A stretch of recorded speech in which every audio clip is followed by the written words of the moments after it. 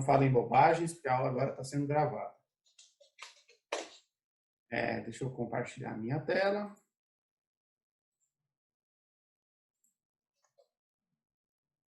Beleza.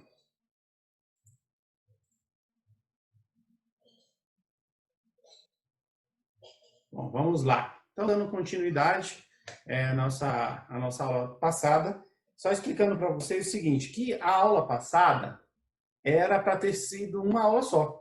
Então, eu não daria 2 aulas seguidas, né? Só que eu achei bem insano a gente fazer tudo isso numa aula só, seria muito conteúdo, né?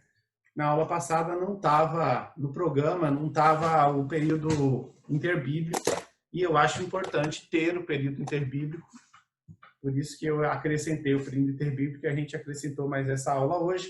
A gente vai falar um pouquinho sobre os pais da história, que são pais da igreja, que são alguns homens que surgiram ali depois do apóstolo João, no 1º século. Na verdade, muitos são do 1º para o 2º século, e são homens que foram importantes nessa transição aí, do final da vida dos apóstolos até o início da aventura, porque aí vai começar o cristianismo de fato, é quando morrem os apóstolos e aí vão dar prosseguimento lá os homens e mulheres de Deus. E aí a história vai avançar, né? Mas antes disso, senhores, até queria pedir desculpa aí, o Daniel não entrou. O Daniel já entrou, gente? Daniel não entrou, né? Não.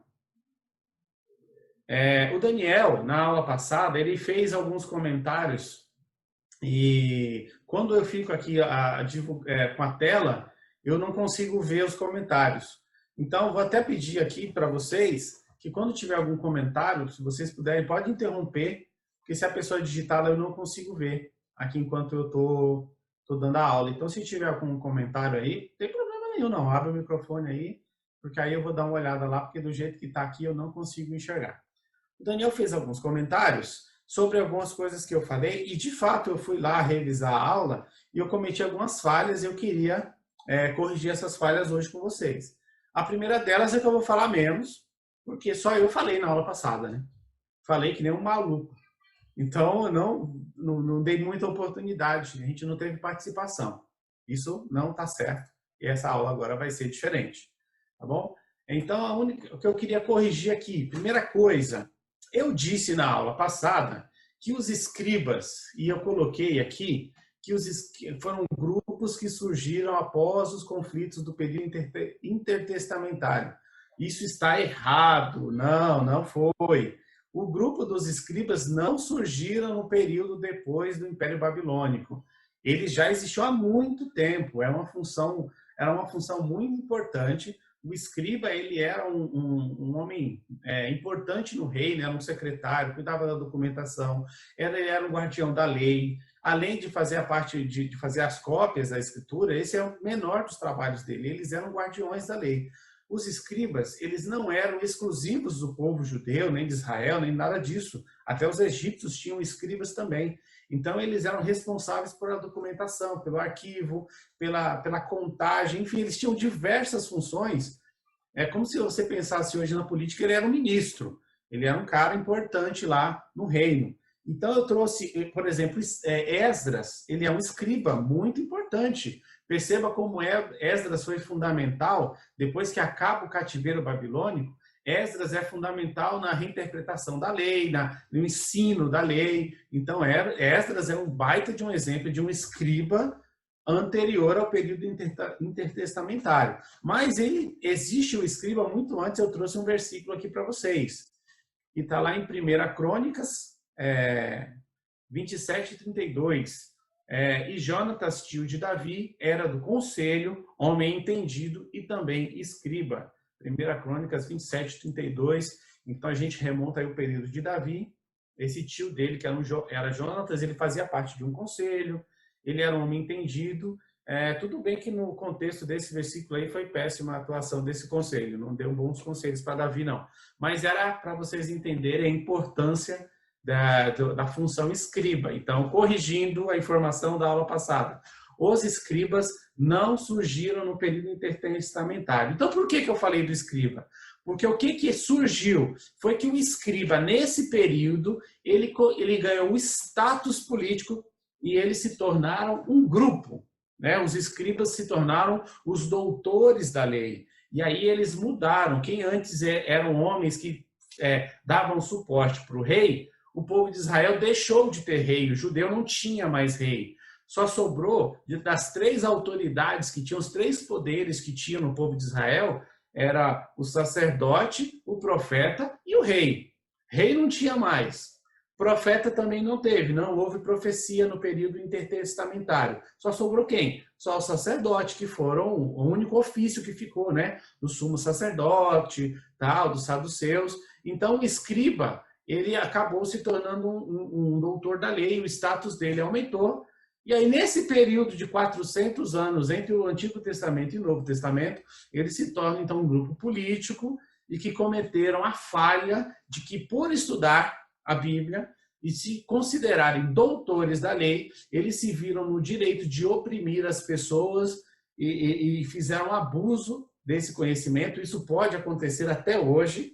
Existem pessoas que, por estudarem a Bíblia, por terem conhecimento, eles em algum momento começam a se considerar melhores do que outros e aí começam a oprimir, criando... Jesus critica esse grupo porque eles criavam leis e regras que eles mesmos não cumpriam. Então, Jesus criticou muito a questão da hipocrisia desse grupo aí. Então, o que aconteceu com o escriba? Ele, que era uma pessoa importante do conselho do rei, no período intertestamentário, se tornou um grupo político opressor. Então, essa é a crítica que Jesus faz. E não necessariamente a função escriba que já existia. Então, estou corrigindo essa informação aí, o Daniel. Eu acho que ele não está ainda, não entrou aqui na aula, mas eu queria fazer esse registro e agradecer aí a contribuição dele. E outra informação também que ficou incompleta é que eu falei que o Sinédrio é o que a gente chama hoje de STF, é o que julgava as questões religiosas do povo judeu. Eles eram formados, eu falei que era formado por saduceus e fariseus, que eles se juntaram e aí eles formaram o Sinédrio. Mas não é bem assim. O Sinédrio ele era dirigido pelos saduceus. Eu expliquei que os saduceus eles eram um grupo ligados à política, eles eram mais políticos. E eles também eram sacerdotes, eles eram responsáveis pelo templo. Então, quem era responsável pelo Sinédrio, quem era o chefe, era o sumo sacerdote. Lembra do Caifás, sumo sacerdote Caifás, que dirigiu lá a sessão que julgou Jesus. Então, eles eram saduceus. Os fariseus, alguns eram convidados, os mais importantes, os mais nobres, eram convidados a fazer parte do Sinédrio. Mas o poder de decisão, de escolha, de julgamento, era dos saduceus, porque eles eram ligados aos governos de Roma. Então, por isso que eles tinham essa ligação muito forte. Então, quem era o presidente do STF da época era o saduceu. O fariseu, por serem sábios, entendedores, doutores da lei, eles eram convidados. E aí eu vou trazer um versículo aqui de um desses fariseus convidados que são muito nobres e muito conhecidos, que está lá em Atos, capítulo 5, verso 34. Mas um fariseu chamado Gamaliel, mestre da lei, respeitado por todo o povo, levantou-se no Sinédrio e pediu para que os homens fossem retirados por um momento. E aí eu não vou ler o texto todo, é aquele momento que Gamaliel, quando os apóstolos estão sendo julgados, e Gamaliel sugere que eles sejam libertos, pois corria o risco do Sinédrio estar julgando homens que de fato estivessem a serviço de Deus. E aí Gamaliel fala, olha, se não for de Deus, eles vão sumir, mas e se for de Deus? A gente vai se achar lutando contra Deus. Então esse foi o conselho de Gamaliel. Gamaliel foi o chefe de Paulo. Eu tenho um sentimento assim de que o Gamaliel estava bem, que o Gamaliel foi bem impactado com o evangelho. Queria até ouvir o Davi aí, o Davi estudou um pouquinho sobre isso. O que você acha sobre isso, Davi? Cortou, cara. Você falou que queria ouvir um pouco, Davi, depois eu não ouvi o que você falou. Então, assim, você estudou um pouquinho esse período, o que você acha? Não deu a entender que o Gamaliel, ele tinha ele foi de alguma forma impactado pelo evangelho, por alguns conselhos que ele deu e até por essa proximidade que ele tinha com o apóstolo Paulo? O que você acha? Cara, a história de Gamaliel é interessante, né? Inclusive a escola de onde ele vem. É E Hillel, eu né? acho que isso daí. É, eu acho que isso aí que você falou tem muito sentido, né? Sobretudo a forma da conversão de Paulo, né? Toda a dramaticidade, tudo que envolve. Alguns personagens bíblicos eles ficam de lado, né? Na medida que outros vão tomando dimensão. Mas eu vejo como o Gamaliel como sendo um cara que eu já li algumas coisas a respeito, né? Mais especificamente da formação de Gamaliel, nem tanto o que vem após, né? A conversão de Paulo, mas eu vejo o Gamaliel. Isso aqui é uma evidência, né? De Uhum. que Gamaliel tinha uma sensibilidade um pouco mais, digamos assim, é, ressaltada, né, do que os colegas dele lá, né? Então é uma figura interessante para a gente seguir pesquisando sem dúvida nenhuma. Legal, obrigado. Assim, o início do cristianismo fica muito marcado. Alguns consideravam que o cristianismo era a religião dos pobres. Realmente, né? Ele tinha uma inclusão muito grande dos pobres mesmo. Mas o relato de Gamaliel e tantos outros homens, que a gente vai até falar sobre alguns deles hoje, mostra que o evangelho também chegou nas altas classes aí de sábios e de doutores da lei, que também foram ali naquele período impactados pelo evangelho. Eu tenho uma sensação de que o Gamaliel aí tá com o pezinho lá, hein? Ele deu uma balançada. Mas vamos agora para o que interessa, para a nossa aula de hoje. Nós vamos falar sobre os pais da igreja. Esse período também é chamado de patrística. Eu coloquei essas imagens aqui. Esses caras são muito parecidos nesses quadros aqui que esses pintores fizeram na época. Eles estão com a cara muito igual, né? Esse aqui só está com a barba escura, mas ele é igualzinho. Enfim, a gente tem algum preconceito com essa história da patrística, com alguns desses nomes, porque eles foram apropriados pela Igreja Católica, né? A Igreja Católica vai considerar grande parte dos pais da Igreja como papas. Eles serão considerados papas. E aí a gente tem mesmo todas essas imagens, eles se tornam santos, tornam papas. E aí, de alguma forma, a gente acabou se distanciando da história desses homens e não dá, às vezes, a devida importância. Mas não é assim, não. A Igreja Católica, nós vamos ter as aulas futuras aí que vão falar. O Lucas vai dar no próximo domingo a aula sobre os concílios, os editos, a formação da igreja. A Igreja Católica que a gente conhece hoje, a Igreja Católica Apostólica Romana, ela surgiu muito tempo depois, né? Então ela foi agregando coisas. Mas no início não era assim. Então esses homens, apesar da Igreja Católica Apostólica Romana os considerar como padres, como papas, na verdade eram homens piedosos, homens de Deus, que estavam a serviço do Evangelho, né? Então nós vamos estudar apenas 4, eu não vou falar de todos os pais da igreja aqui, e desses 4, na verdade nós vamos falar de 3 temas, três pontos de vista sobre um versículo aqui que Jesus deixou, e que esses homens viveram na pele. Vamos falar sobre 3 pontos de vista, e eu vou abordar 4 desses pais, e são muitos, mas como eu falei para vocês, a aula hoje tem que ser mais participativa, então vou reduzir a quantidade de conteúdo aqui. Então esse é o versículo, né? Mas recebereis a virtude do Espírito Santo que há de vir sobre vós, e sereis testemunhas, tanto em Jerusalém, como em toda a Judéia, Samaria e até os confins da terra. Atos 1:8. Na aula passada eu falei a respeito desta palavra testemunhas, né? Ela tem no grego, né? Testes, que é testemunha em grego, mas ela também, a palavra mártir, também quer dizer testemunha, em latim, martires. Eu não sei se eu estou fazendo a pronúncia correta, né?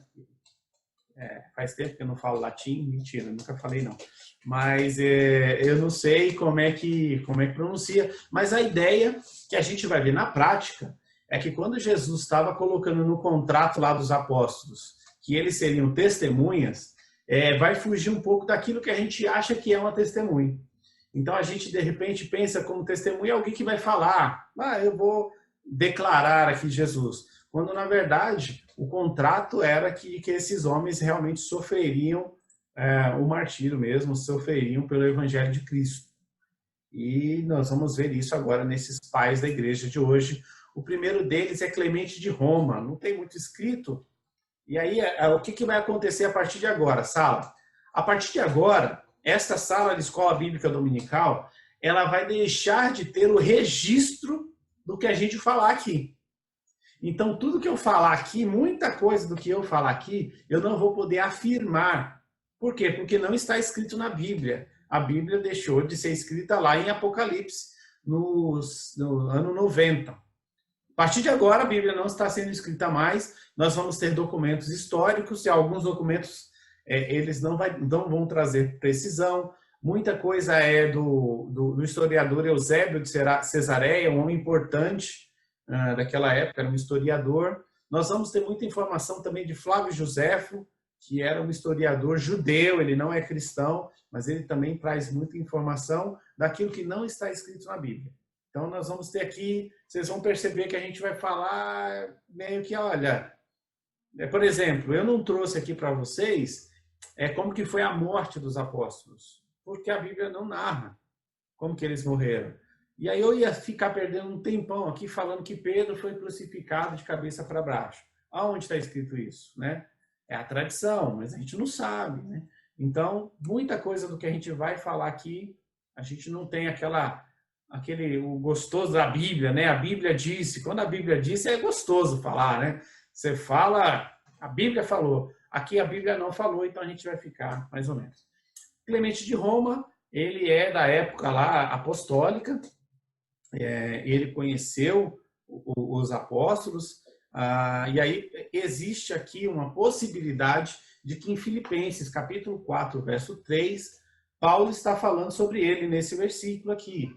Sim, peço a você, leal companheiro de jugo, que as ajude, pois lutaram ao meu lado na causa do Evangelho com Clemente e meus demais cooperadores. Os seus nomes estão no livro da vida. Amém, né, gente? Que está no livro da vida, porque no livro nosso aqui não está. Então a gente tem essa certeza, né, de que esse Clemente aqui que Paulo está falando, o nome dele está garantido. Mas no nosso livro aqui não há uma certeza de que Paulo está falando, mas é provável que o Paulo está falando de Clemente de Roma. O que é importante que eu queria destacar aqui? A primeira característica da palavra testemunha que Jesus fala, vocês serão minhas testemunhas. Um fato muito importante dos pais da igreja é que eles, no início do segundo século, eles foram testemunhas oculares do que aconteceu. E eles faziam menção das cartas que os apóstolos mandavam para as igrejas. Isso por quê? Porque na época do Novo Testamento, a Bíblia, quando o Novo Testamento está falando Bíblia, ele está se referindo ao Antigo Testamento. Por quê? Porque o Novo Testamento ainda estava sendo escrito. E, principalmente, não existia ainda na igreja, no início da igreja, o fechamento do cânon, que a gente fala, né? O fechamento dos livros que seriam aceitos como Bíblia quando se fala do Novo Testamento. Isso não aconteceu imediatamente. Nós vamos ter aulas aí futuras que vão falar sobre os concílios, as organizações, e aí eles vão definir quais eram os livros que poderiam ser considerados como inspirados por Deus. E qual que era uma das características fundamentais para que um livro fosse considerado inspirado, um livro autêntico.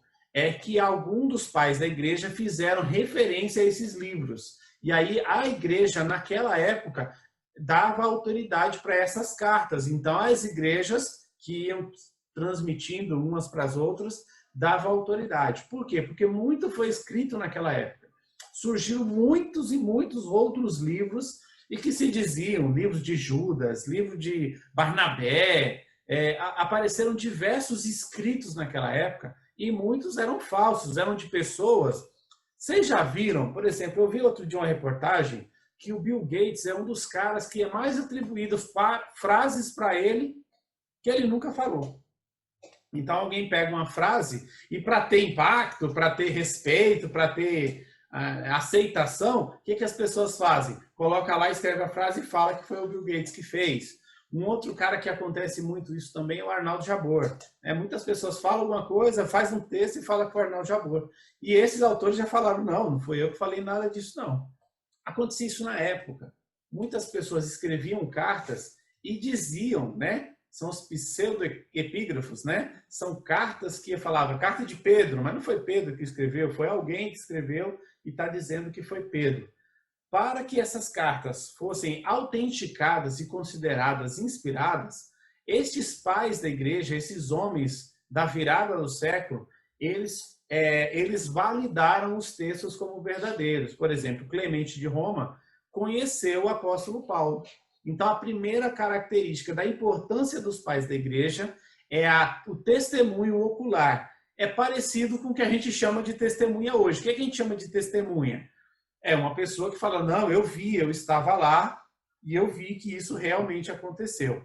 Então, o Clemente de Roma, ele escreveu uma carta também para a igreja de Coríntios. E a carta de Coríntios, ela tem um teor muito parecido com a carta que o apóstolo Paulo fez para Coríntios. Existe ainda uma teoria de que o Clemente de Roma pode ser um dos autores da carta aos Hebreus. A carta aos Hebreus, ela não declara quem é o seu autor, e é um mistério até hoje. Muitos falam que alguns atribuem a Paulo, mas outros vão dizer que o estilo da carta não é parecido com o de Paulo, mas que foi escrito por alguém que teve contato com Paulo. E aí, nesse quesito, o Clemente de Roma, ele está classificado aí como um dos possíveis autores. Clemente Milton. de Roma... Oi, fala aí, Davi. Não, só rapidamente, só reforçando aquilo que você falou, existe em grupos, em alguns estudos, né, relacionados aí essa questão da história por trás de todos os livros bíblicos, né? O pessoal costuma utilizar os livros que foram reconhecidos, né? Enquanto escritura sagrada. E aí são grandes listas do tipo, Orígenes reconhecia tal livro. Clemente de Alexandria reconhecia tal livro. Agostinho de Hipona, e aí a partir dessas listas, desses pais da igreja, é que você ganha que determinados textos, né, determinadas porções do texto que ao longo do tempo foi preservado ou não, que ele ganha relevância e ganha importância quando você vai fazer um trabalho de tradução, ou mesmo quando você vai fazer a defesa, né, de determinado livro quanto ao fato de ser ou não escritura sagrada, como por exemplo o livro de Judas, né, que tem muito no Novo Testamento. Tem menções diretas de livros, como você falou, né, apócrifos, pseudepígrafes, né, que ninguém sabe exatamente de onde veio.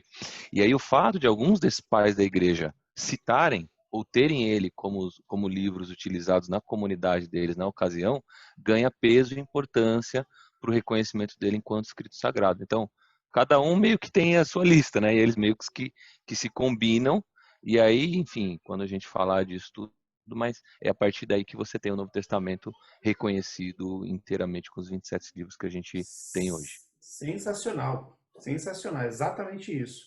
Então, nós vamos usar o Clemente de Roma. Todos os pais que eu vou citar aqui, eles foram importantes nas 3 características que eu vou dar à luz hoje. Mas eu separei alguns só para organizar o pensamento. Mas é isso mesmo, né? Então, só para passar para a próxima tela, eu queria deixar claro, assim, esse cara aqui morreu com a pedra amarrada no pescoço, diz a tradição. Todos eles tiveram esse tipo de morte aí, né? Todos eles. Mas complementando isso que o Davi falou, que foi muito legal, só vamos fechar o microfone aí. O microfone aberto. Isso. Os documentos do Novo Testamento citados por esses pais da igreja, por alguns aqui, eu só coloquei alguns, né? Tá pequenininho a lista, depois desse PowerPoint eu vou colocar lá no grupo, mas é exatamente isso que o Davi falou. Clemente de Roma tem a listinha dele aqui, Mateus, Marcos, Inácio de Antioquia tem a lista grande aqui, o Inácio de Antioquia, nós vamos falar dele hoje. O Policarpo de Esmirna também tem a lista dele aqui, e todos os pais da igreja tinham seus livros lá. A verdade é que se nós pegarmos os pais da igreja do início até o século 111, até o século 100, somente 11 versículos do Novo Testamento não foram citados pelos pais da igreja. Então, ou por um ou para o outro, como essas listas aí desses homens que viveram muito próximos lá da vida dos apóstolos, e alguns deles conheceram os apóstolos, foram discípulos dos apóstolos, e alguns foram discípulos de quem foi discípulo. Então, eu estudei, por exemplo, com Lucas, com Marcos, com pessoas, com Barnabé. Então, tiveram contato com quem teve contato com os apóstolos. Somente 11 versículos não foram citados por algum pai da igreja. Então, para vocês verem o mapeamento todinho do Novo Testamento, citado por homens que foram reconhecidos pela história, e que muitos desses escritos desses pais da igreja, estes sim estão preservados até hoje. Então, a gente não tem a preservação do original da Bíblia, mas a gente tem muitos escritos dos pais da igreja que estes sim estão preservados até hoje, e que fazem menção e que fazem referência aos livros e às cartas do Novo Testamento. Então, esse foi um dos critérios para fechar o grupo de livros que são chamados de Novo Testamento. E para excluir quais foram os critérios, a aula não é sobre isso hoje, mas quais foram os critérios para o que é Bíblia e o que não é Bíblia. Foram muito a utilização pelos pais da igreja, e aí eu queria deixar o Clemente de Roma como representante desse grupo. Mas deixando claro, morreu com a pedra, morreu pela perseguição. O imperador Domiciano foi o imperador que colocou Paulo lá na ilha de Patmos. O imperador seguinte foi Trajano. Trajano, ele não queria gastar dinheiro de Roma para perseguir cristão, né? Ele achava que era caro, ele não achava tão importante. No começo, eles não davam muita importância, achavam que era mais uma seita judaica. Então ele falou, para que a gente vai ficar gastando dinheiro caçando esse povo? Então, Trajano, ele não empreendeu força do império para perseguir os cristãos. Mas, se algum cristão fosse denunciado, era levado até Roma, era julgado, e se ele não negasse a Jesus Cristo e adorasse aos deuses romanos, aí sim eles eram martirizados e mortos. Então, aconteceu isso muito. Então, para o cristão comum, nesse pequeno período, não teve perseguição. O cristão comum, ele poderia professar a fé dele. Mas aos líderes, estes sim, muitos foram perseguidos porque eles eram denunciados, porque eles eram pessoas influentes, que faziam denúncias, que falavam do pecado, que mexiam com pessoas que tinham posição. Então, os líderes incomodavam muito. Então, estes eram denunciados lá em Roma, e aí o decreto de Trajano servia para fazer o martírio desses homens aí. Aconteceu com Clemente de Roma. A segunda vertente da palavra testemunha que eu vou trazer é aquela que vai trazer a palavra mártir do latim. É aquela questão do testemunho de vida, né? E de morte, da maior parte desses homens que são pais da igreja. Então, nós vamos falar de Inácio de Antioquia, foi pastor da comunidade de Antioquia. E aí, na aula passada, eu falei na importância da cidade de Antioquia para a propagação do evangelho. Com a destruição de Jerusalém, Antioquia se tornou uma cidade muito importante. Ela já é citada lá em Atos, ela, inclusive, é a primeira região que chama os cristãos, né? Que são chamados de cristão pela primeira vez, lá na cidade de Antioquia. Nós vamos ter o pastor lá de Antioquia, que também é considerado um dos papas católicos, é o Inácio de Antioquia. Ele foi discípulo de João, o Inácio de Antioquia. Ele conheceu também a Paulo e ele foi sucessor de Pedro. Então, percebam aí a importância de Inácio de Antioquia como pai da igreja, como pessoa para o evangelho e para a propagação da igreja do primeiro século. Agora, uma coisa importante, chutei a câmera aqui. Uma coisa importante é que o Inácio de Antioquia foi preso, foi denunciado, e ele não quis ser liberto. Então, a igreja estava arquitetando um plano para que ele fosse liberto, e ele não quis. Ele achava importante a morte dele, primeiro porque ele achava que era uma grande honra morrer em nome do evangelho.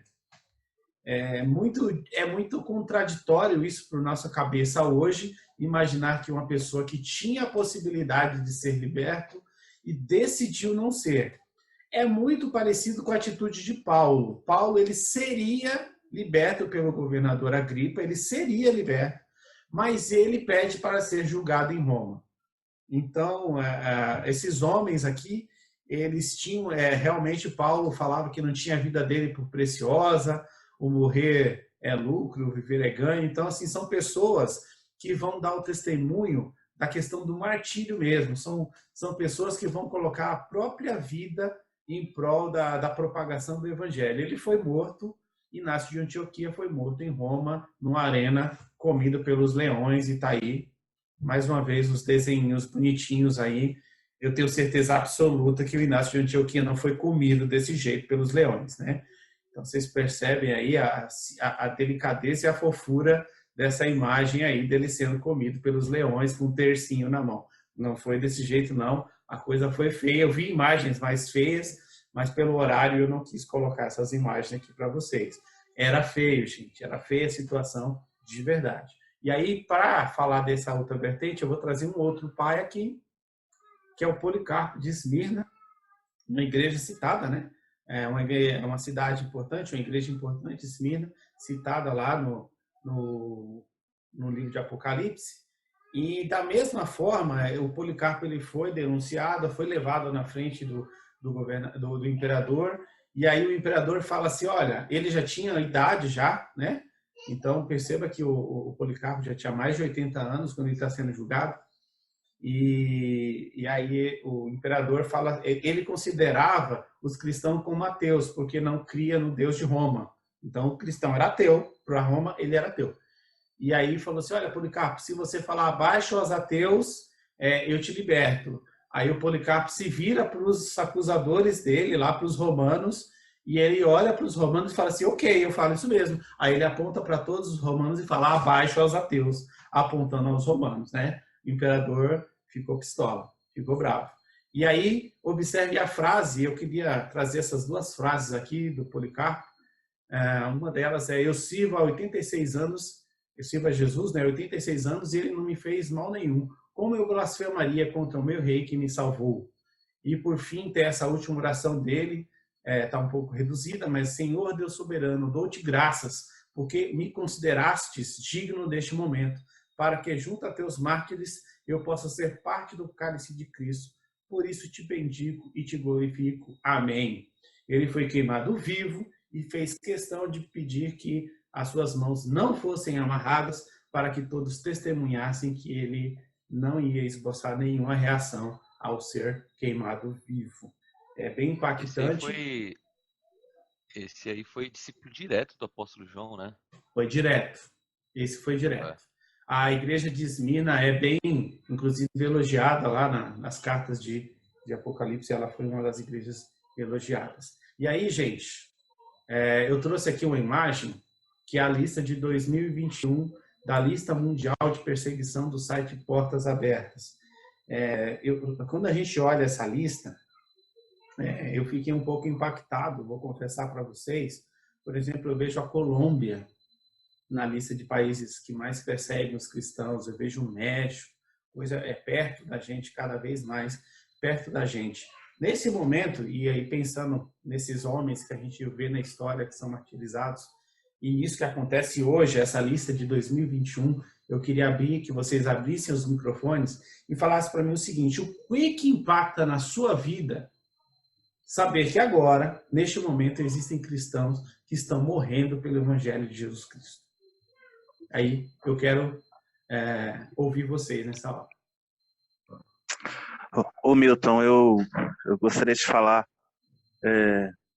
a gente olhando os pais da igreja, o que eles fizeram, a gente se sente tão pequeno diante de tudo isso, porque o evangelho, a gente tem a liberdade no nosso país de pregar o evangelho, né? Nós somos um país livre para pregar o evangelho e fazemos muito pouco, né? Eu falo por mim, né? Eu faço muito pouco diante daquilo que eu poderia fazer, de ser testemunha daquilo que Cristo me chamou, né, a fazer, uma ordem que eu tenho que fazer.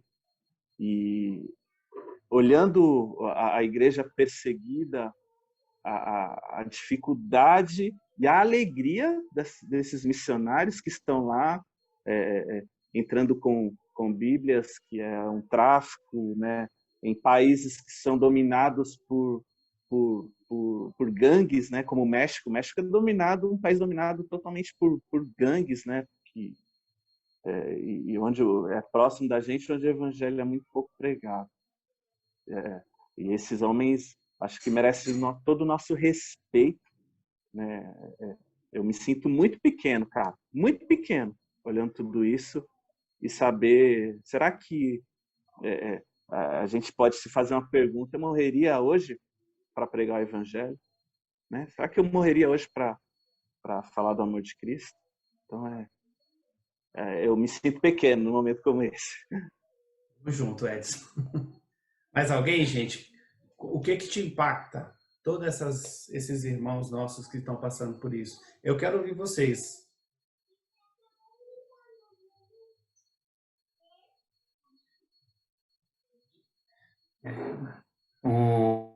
Milton, pessoal, eu vejo assim, essa lista, né? Nós vivemos, né, num país que não tem esse tipo de perseguição, né? Vivemos um cristianismo até confortável, né?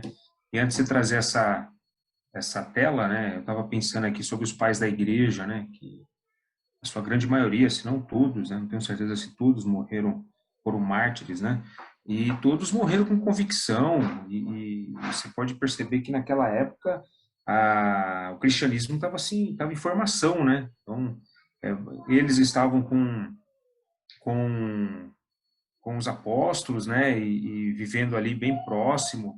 E tamanha era a convicção, né? Que eles morreram pela causa, né? Então é mais uma prova de que a Bíblia, de que os acontecimentos são verdadeiros, porque se fosse uma mentira, na hora do aperto, né? Na hora, ó, você vai morrer. Se fosse uma mentira, você pularia fora, né? Da causa, né? E não foi o que aconteceu.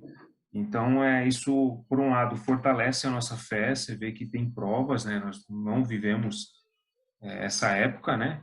E trazendo para hoje sobre esses países, né? É muito triste, né? O que eles passam.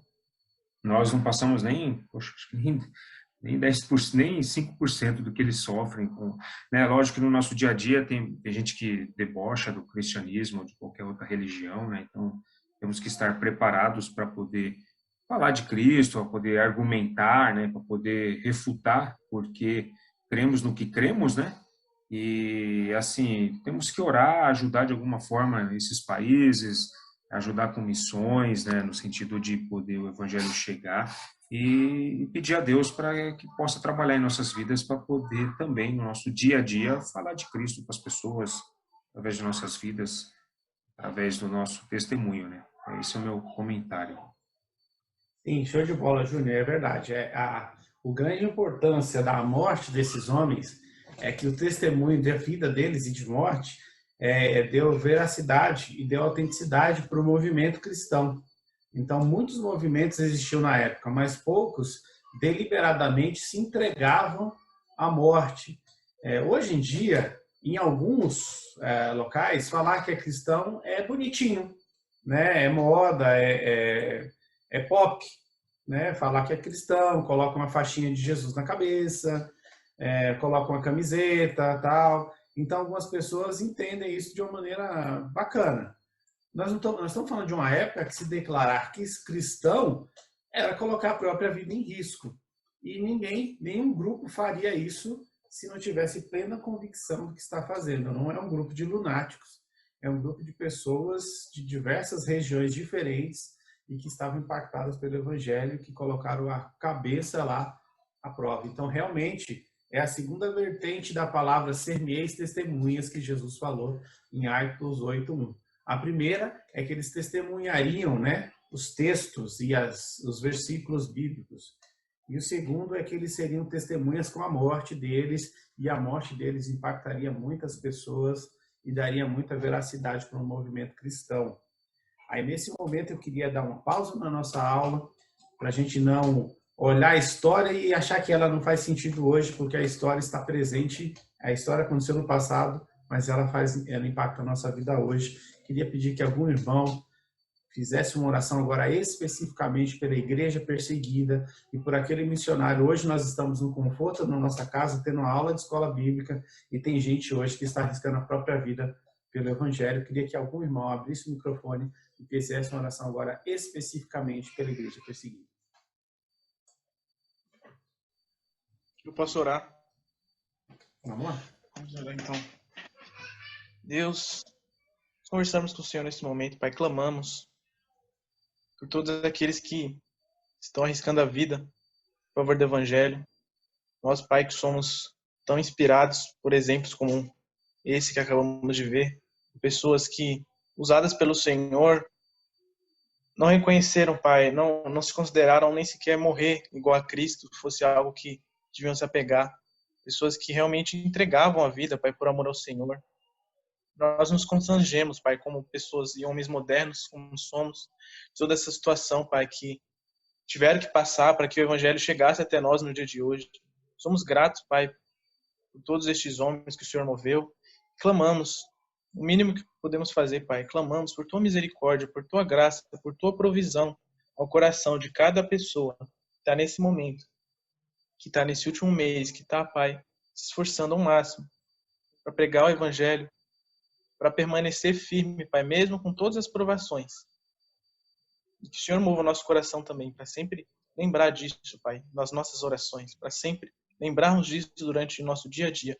Doar, Pai, exclusivamente para missões. Sabemos que o Senhor é o Deus que multiplica, o Senhor é o Deus que concede graça a cada coração, porque eles não venham desanimar, mas fazer isso por amor. Então, Pai, esse é o nosso desejo nesse momento. E já pedimos perdão também, Pai, por todas as nossas omissões e todo o nosso estilo de vida, Pai, que por muitas vezes não glorifica a Ti. Nós oramos assim em nome de Jesus. Amém. Amém. Amém. Que esses irmãos não saiam do nosso coração. Eu, particularmente, preparando essa aula aqui, fiquei bem impactado com a história desses homens aí que decidiam ser perseguidos por Cristo. Bom, dando continuidade, e aí eu vou falar do nosso último pai da igreja aqui. Não, antes disso, queria trazer aqui 2 versículos que Jesus, ele deixou muito bem escrito lá no contrato o que esperava cada apóstolo. Então, a pregação de Jesus não foi aquela pregação que muitas vezes a gente é tentado a fazer, né? É uma pregação para atrair pessoas. É uma pregação para encher a igreja de pessoas, mas é uma pregação que não tem verdade, que não fala exatamente como vai ser, né? E Jesus, quando ele chama os apóstolos e quando ele chama a igreja, ele colocou no contrato bonitinho, direitinho o que ia acontecer, né? Ele deixou muito claro o que a gente está entrando. Então, quando você for pregar o evangelho, quando a gente for falar de Cristo, a gente tem que tomar cuidado para não pregar uma falácia, né? Para não pregar uma propaganda enganosa, uma promessa de uma vida sem problemas, de uma vida tranquila, de uma vida suave. Lógico que a nossa vida é extremamente melhor e o fato de Jesus é mais leve, isso sem dúvida alguma. Mas muitas pessoas, muitas vezes, são enganadas no que diz respeito ao evangelho e acham que, por exemplo, que na igreja não tem problema, que não existe perseguição. A despeito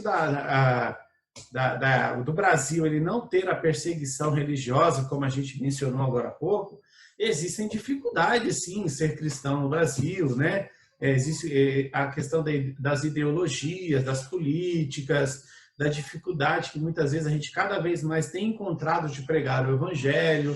Então, a legislação tem aprovado muitas leis que vão contra o que a Bíblia ensina, toda a cultura. Então, assim, quando muitas vezes a gente promete para a pessoa que ela vem para a igreja, que vai ficar tudo bem, ela começa a ser perseguida por família, por chefe, tem dificuldade, muitas vezes ela acaba até desanimando. Muitas pessoas saem da igreja porque vieram para a igreja com uma falsa promessa, né?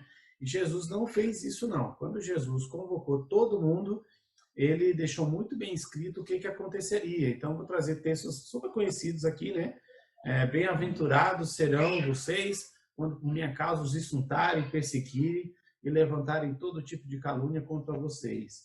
Alegrem-se e regozijem-se, porque grande é a recompensa de vocês nos céus. Pois da mesma forma perseguiram os profetas que viveram antes de vocês. E aí mais uma vez, aí trazer a ideia do testemunho, né? Quando a gente olha para o passado, a gente olha para um pai da igreja e vê o quanto que esse homem sofreu, a gente é inspirado por eles. E estes pais da igreja, quando sofriam, se sentiam honrados de estar sofrendo da mesma forma que os apóstolos sofreram no passado. Acredito que hoje, muitos desses missionários da igreja perseguida, quando sofrem, eles se sentem motivados e até um pouco aliviados na história dos pais da igreja, né? Então, como Jesus está falando da importância da gente estudar a história aqui, né? Da mesma forma que perseguiram os profetas que viveram antes de vocês. Veja como a história do passado, ela ainda hoje motiva a cada um de nós nessas perseguições. E Mateus 10, podem ler lá o capítulo inteiro. Eu tirei aqui 2 versículos que Jesus foi extremamente direto com eles. Olha, versículo 18 de Mateus 10. Por minha causa, vocês serão levados à presença de governadores e reis como testemunhas a eles e aos gentios. Agora, toda vez que você ouvir a palavra testemunha, você não se esqueça que ela também quer dizer mártir. Ela também quer dizer colocar a sua própria vida em risco diante dessas pessoas. Jesus falou lá, tá? No Mateus, versículo 18. E no versículo 22, se alguém ficou com alguma dúvida e não entendeu direito, talvez falou assim, ele falou isso mesmo? Ele falou que a gente vai ser perseguido? Então, no versículo 22, Jesus reforça e fala assim, todos odiarão vocês por minha causa, mas aquele que perseverar até o fim, e aí, até o fim será salvo. Aqui não está falando, né, necessariamente de salvação, né, que vai ser salvo só quem perseverar até o fim, não é nada disso, mas Jesus está deixando claro aqui que muitos deles seriam perseguidos, odiados e muitos deles morreriam em prol do Evangelho. É isso. Agora, para encerrar, nosso último pai da igreja é Justino Mártir. O Justino se achava o mártir, né? Porque ele parece que é ele que era o mártir. Todos foram mártires, né? Eu olhei aqui que todo mundo morreu. O Justino, ele ainda era cidadão romano, ele ainda morreu decapitado, né? Como a lei romana previa lá que os cidadãos romanos eram mortos de maneira decapitada. Ô, Davi, você está aí ainda? Yes, sir. Por que ele é o mártir? Por que ele se achava o mártir? Você já leu alguma coisa sobre isso? Cara. Não, nunca li. Ele não foi mais mártir que ninguém, né? Não foi mais do que os outros, aparentemente, né? Na verdade, ele foi decapitado. Eu acho que perto do cara que foi comido pelo leão e o queimado lá, até que ficou bom para ele. Mas assim, gente, brincadeira essa parte. Pergunta. Era só isso, se você sabia por que eu... O Justino é uma das pessoas mais importantes dos pais da igreja, né? O Justino, ele vai falar de uma outra, da terceira vertente de testemunha, que é a vertente da apologética. É quando você realmente está ali num tribunal e você testemunha a favor de uma causa, fala assim, não é verdade, eu estava lá e eu sei como é que foi e tal. Então, assim, o Justino, ele era um filósofo, ele era um grande mestre, estudou diversas linhas da filosofia, ele realmente dominava tudo isso, mas a história vai dizer que o Justino ele não encontrou em nenhuma linha filosófica a resposta para todas as questões que ele tinha na vida dele. Certa vez ele estava sentado com um mestre que falou para ele, você conhece o Evangelho de Jesus Cristo? E apresentou o Evangelho de Jesus Cristo. A história vai dizer que Justino foi extremamente impactado com aquela mensagem, e aí, a partir dali, ele se tornou um grande apologeta. O que é um apologeta? Ele era um defensor da verdade do Evangelho. Isto porque, no segundo século, desde sempre, mas no segundo século, começam a surgir novos grupos e novas vertentes e novas linhas de pensamento. Vai aparecer gnosticismo, vai aparecer um monte de deturpações da verdade do Evangelho. Vai ter algumas divisões no grupo e algumas pessoas vão se desvirtuar da verdade. Então, esse é um ponto. Outro ponto é que o próprio Império Romano, e quem não estava dentro da verdade do cristianismo, não entendia e criava um monte de de mitos em relação à igreja. Então, dizia, por exemplo, que a igreja praticava canibalismo nos seus rituais, porque a gente fala que come o corpo e o sangue de Cristo. Então, alguns grupos imaginavam que a igreja lá dentro praticava canibalismo, né?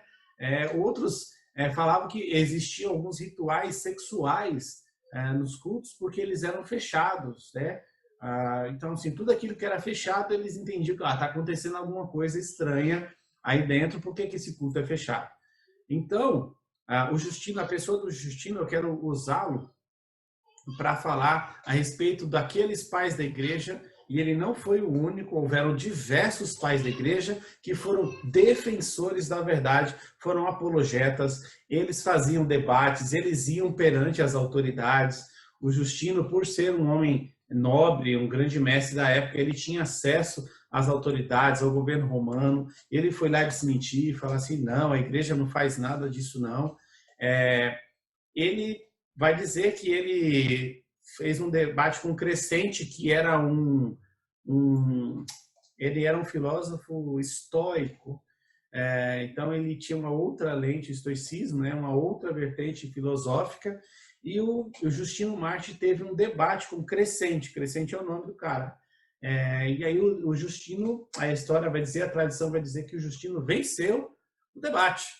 Então o Justino ganhou ele na argumentação e derrubou ele. E aí o Crescente ficou dodói, ficou chateado porque perdeu, ficou mimimi. E aí, como ainda estava valendo o decreto de Trajano em relação a fazer a denúncia em relação aos cristãos, o Crescente foi lá e fez uma denúncia de Justino Marte, que estava pregando o evangelho através do cristianismo. E aí Justino, por ser cidadão romano, não negou a Jesus Cristo e por conta disso foi decapitado. E aí eu queria abrir o microfone de novo para vocês, para falar em relação à defesa do evangelho. Nós estamos vivendo um período extremamente aquecido no que diz respeito a discussões, a polêmicas, a divisões, dois grupos e aquela coisa toda. E aí a gente tem um versículo que eu acho que é a base que a gente usa para apologética. O Júnior deu aula sobre isso, né, Júnior? Dei sim, dei sobre esse tema. Legal. Então, assim, eu queria agora abrir para vocês para falarem o seguinte, agora também fazendo menção aos pais da igreja, pensando nos dias de hoje, como que vocês entendem que nós, como cristãos, podemos defender a razão da nossa fé numa sociedade que está tão polarizada e tão até agressiva nas discussões e nas relações? Como que a gente faz isso como igreja? E aí eu queria saber como que vocês têm feito para defender o que vocês pensam, defender o evangelho e como fazer isso de uma forma cristã correta. Eu acho que, Milton, se despir do orgulho, né? Se despir do orgulho é importante nessa hora da defesa, porque já se despindo do orgulho, acho que já fica bem mais fácil assim de não cair em ciladas de devolver agressão com agressão, o argumento, enfim, contra a pessoa também, mas tentar falar, ter uma discussão realmente, né? Eu converso bastante com amigos da faculdade sobre isso. E, enfim, eu tento sempre trazer ali a ideia de que assim, a fé ela é racional realmente e ela é sensata, assim, não é algo de outro mundo, né? Que eu tento desmistificar bastante. Infelizmente, hoje em dia, um dos processos de evangelização é desevangelizar a pessoa de tudo que ela já viu. De desmistificar bastante coisa do que ela sabe e questionar também, enfim, o negócio é estar pronto, né? Você saber quais são os questionamentos atuais, que são, isso eu venho percebendo muito, são muito, assim, comuns, se repete bastante. Hoje em dia, a questão do espiritismo, de você pagar aqui em vida o que você fez em outras vidas, de você ter ressurreição e reencarnação, isso é muito comum. Assim, é quase senso comum entre muitas pessoas mesmo, muitas pessoas. Então, os questionamentos que você pode fazer, assim, tudo numa conversa mesmo, lembrando, acho que é muito importante também, ter em mente que a nossa briga não é contra a carne nem sangue, mas contra o espírito e potestade do inferno. Então não adianta, né, você ficar ali no desejo de, eu quero convencer aquela pessoa, porque não vai dar certo, você não vai convencer. É Deus, o tempo todo você tem que estar clamando a Deus para convencer. E com isso, eu acho que você se reveste de um espírito de humildade que é capaz de, se assim Deus permitir, convencer aquela pessoa de alguma maneira. Bacana. Nossa, obrigado pelo seu relato, Vitor. Legal, legal mesmo. É bom saber que tem jovem que está comprando essa briga na sociedade de hoje. É isso aí. Legal, bacana. Eu passei também, ele falou a questão da universidade, há uns mais de 15 anos aí, quando eu entrei na faculdade, eu tinha essa mesma situação. Sem datas, sem datas. Pois é, e aí eu era novo na fé, tinha uns 4 anos mais ou menos, e eu tinha colegas na universidade que eram agnósticos, né, que não acreditavam, não eram ateus, né, não acreditavam eles acreditavam em alguma coisa, num ser, mas assim, bem vago, bem por cima, e eles questionavam a minha fé, faziam perguntas, tal, e eu não tinha tanta profundidade, assim, não tinha, né? O que eu fiz na época, né? Eu fui atrás do meu pastor no começo, né? Porque era novo na fé, fazia alguns questionamentos. Fui pesquisar, né? Na internet também algumas coisas e li livros. E isso foi me fortalecendo no conhecimento. Lógico que envolve oração, envolve outros aspectos, mas eu passei. Isso é muito comum acontecer nas universidades, né? Questionamento, etc. O professor também fala. Então, foi um pouquinho de cada coisa, né? Na minha experiência. Foi leituras, né? Eu tenho até um livro aqui muito bom, para esse livro aqui, ó, Em Guarda, do William Lane Craig, que é muito bom para apologética. E tem esse outro livro aqui, do Timothy Keller, A Fé na Era do Ceticismo, Como a Razão Explica Deus. Então, assim, a minha recomendação primeiro, você estudar, ler livro, ler materiais que vai fortalecer a sua fé, você vai ver que tem provas, o cristianismo ele é bem embasado, né? E isso vai te fortalecer e vai também ajudar a tirar dúvidas de outras pessoas, né? E aí você vai poder... Quando eu falo debate, né, não é assim, eu quero ganhar o debate, né? Ter esse senso de humildade, falar, às vezes você não tem a resposta, eu não tenho. Seja humilde, né? Do que ficar no somebody love, vai atrás da informação, depois você traz. E aí você mostra, aí você vai ser edificado e vai ajudar o seu amigo, o seu colega com aquele questionamento, né? Então, essa é a experiência que eu tive até hoje, né? Quando acontece, eu vou atrás dessa informação para poder trazer em algum sentido. Maravilhoso, maravilhoso. Eu vou te pedir, Júnior, que depois você coloque o nome dos livros lá no grupo do WhatsApp. Bacana, bacana mesmo. Coloco sim. Mais alguém, gente? Como é que vocês estão defendendo aí a razão da fé de vocês? Tem acontecido isso ou não? Tá tudo tranquilo?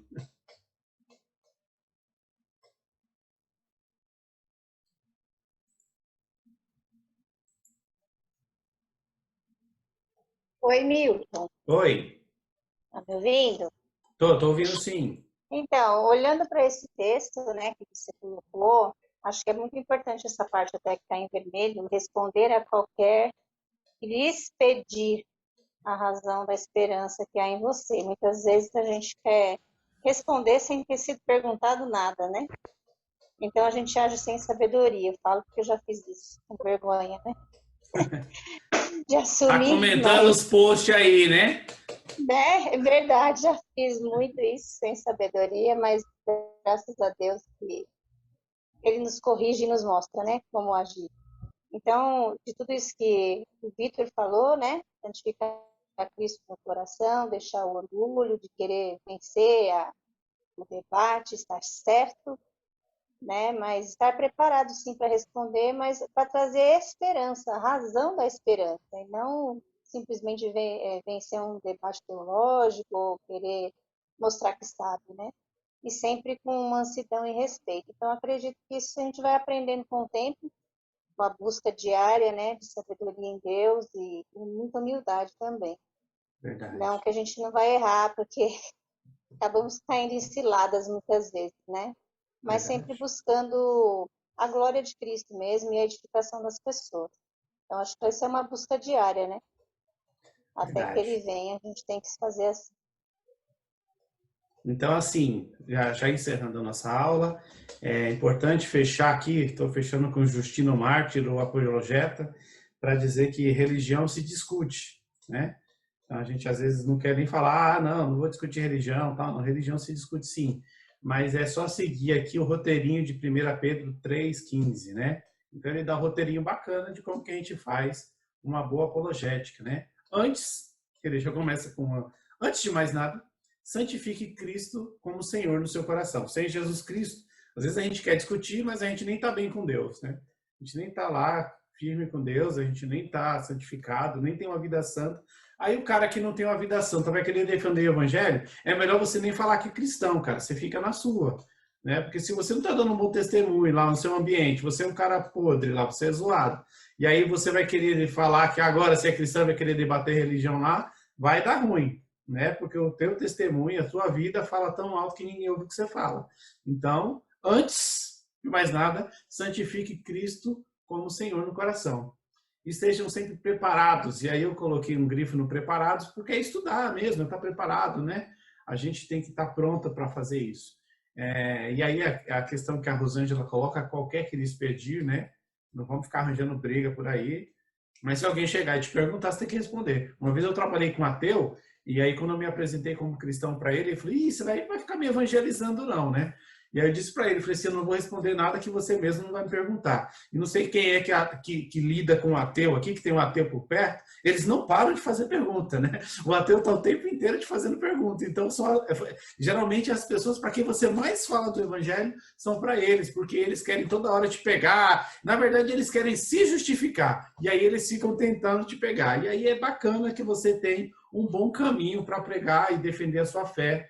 Então, ateu... Eu sempre me dei bem com tem um ateu perto de mim, show de bola. Não precisa defender Deus. O versículo não está falando para você defender a Deus. Deus não precisa de defesa. Deus não precisa de defesa, né? Tá falando... Tá chegando aí? Oi? É a voz tá chegando? Tá falando com nós aqui ou tá com o microfone aberto? Não, com vocês mesmo, é? Tá chegando. Tá, Entendi você falando, minha avó tá chegando aí, sua avó?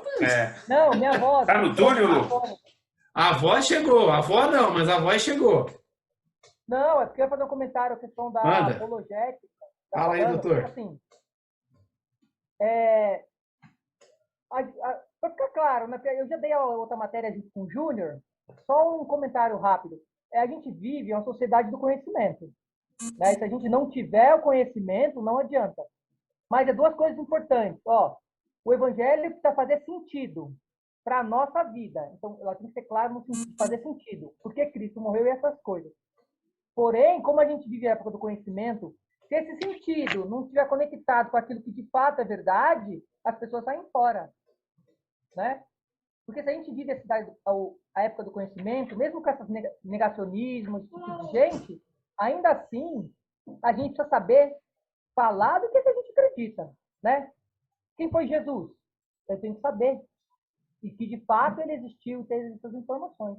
Então, o cristianismo tem que fazer sentido e eu tenho que saber exatamente o que eu creio, que é o que o versículo vai falar. A razão.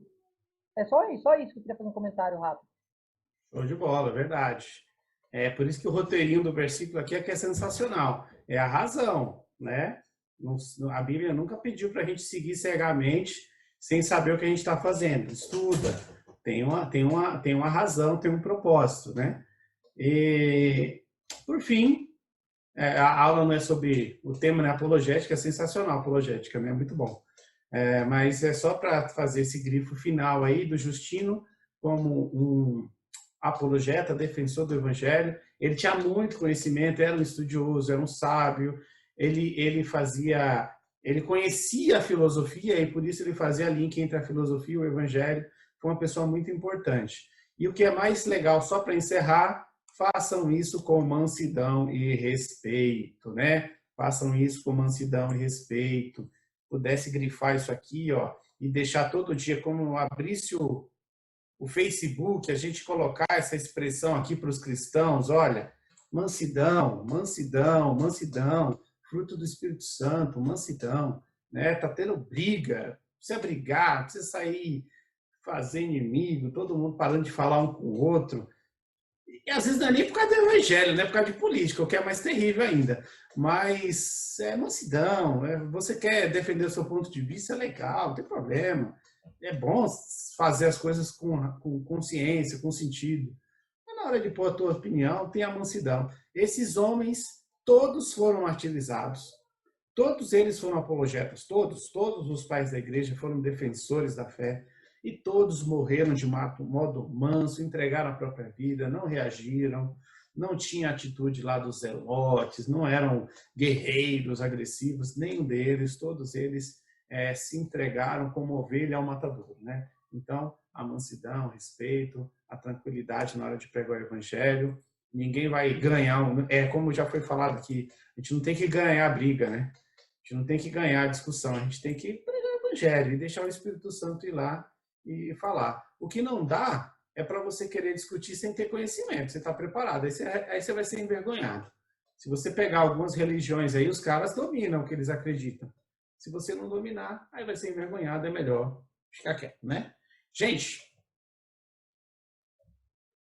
acabou. Tá certo? Então, queria agradecer todos vocês aí. Fizemos um rápido passeio pelos pais da igreja. Conhecemos só 4, mas tem muito mais. Estudem, podem se aprofundar aí nesse tema. Tem muitos outros pais da igreja, homens importantes, defensores, pessoas fundamentais para o evangelho. Nós vamos ainda falar de alguns deles nas próximas aulas. Agradeço vocês demais. Peço mais uma vez desculpa se cometi alguma falha aqui, a gente erra mesmo. Agradeço a todos que participaram. A gente está com um grupo lá e participem lá também. Tá bom, pessoal? Ô, Milton, tem uma pessoa pedindo para colocar o nome dela no grupo. Acho que é a Sandra. Tá na mensagem aqui? Tá. Beleza. Eu também. Quem? Eu, a Juscel. Ah, Ju, beleza. Coloca aqui nos comentários o telefone, que aí eu já copio e colo. Tá bom, obrigada. Valeu. Tem Mais que alguém? colocar o número, né? Colocar o nome e o número do telefone, que aí eu já copio tudo aqui. Tá bom, pessoal? Mais alguém quer falar alguma coisa? Só agradecer, Milton. Excelente aula, viu? Obrigada. Abram as câmeras para a gente fazer aquela foto bonita. Todo mundo se ajeita. Ligar a luz aqui. Ligar a luz, passar um batom. Eu não vou passar batom. Deixa eu pentear meu cabelo aqui. Pentear o cabelo. Deixa o Davi arrumar o topete dele. Isso. O Edson colocou no grupo aqui que ele ia ter que se ausentar porque chegou a visita lá. Então vamos fazer aquele X.